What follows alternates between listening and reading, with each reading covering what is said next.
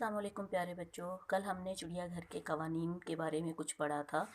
تو اس میں کچھ سوال ایسے ہیں جو کہ آپ نے کچھ سوالات کے بارے میں پڑھا تھا، تو آج میں آپ کو ان سوالات کی تھوڑی سی وضاحت دوں گی کہ ٹکٹ میں رعایت کا کیا مطلب ہے اور یہ رعایت کس کو دی جائے گی۔ ٹکٹ میں رعایت کا مطلب یہ ہے کہ اسکول کے بچے اگر تعلیمی یا تفریحی دورے کے لیے آئیں گے تو ان کو ٹکٹ میں رعایت دی جائے گی، اس وجہ سے کہ وہ وہاں پر کچھ سیکھنے کے لیے یا تفریح کے لیے آ رہے ہیں، تو وہ ان کے تفریحی یا تعلیمی دورے ہوتے ہیں، اس لیے ان کو رعایت دی جائے گی۔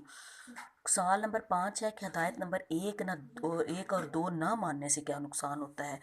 ایک یہ ہے کہ جانوروں کے پنجرے سے دور رہیں اور جانوروں کو کھانے پینے کی اشیاء نہ دیں۔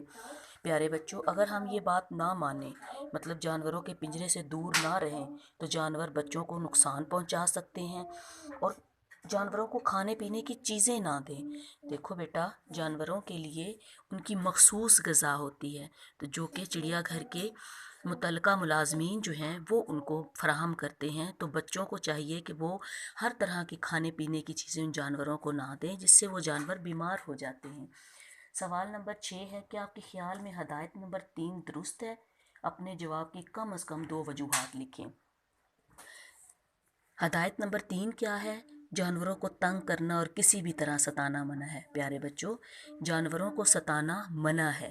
نبی پاک صلی اللہ علیہ وآلہ وسلم نے بھی جانوروں کو تنگ کرنے سے منع فرمایا ہے۔ تو اپنے جواب کی 2 وجوہات لکھیے، کس وجہ سے کہ ان جانوروں کو تنگ کرنا یا ستانا منع ہے، کہ ہم ان جانوروں کو تنگ نہ کریں۔ کیا آپ کے خیال میں ان ہدایات پر عمل کرنا ضروری ہے؟ اپنے جواب کی کم از کم 1 وجہ لکھیے۔ آخری سوال یہ ہے کہ جو ہدایات اوپر دی گئی ہیں، کیا ان سب ہدایات پر عمل کرنا ضروری ہے؟ اپنے جواب کی 1 وجہ لکھیے۔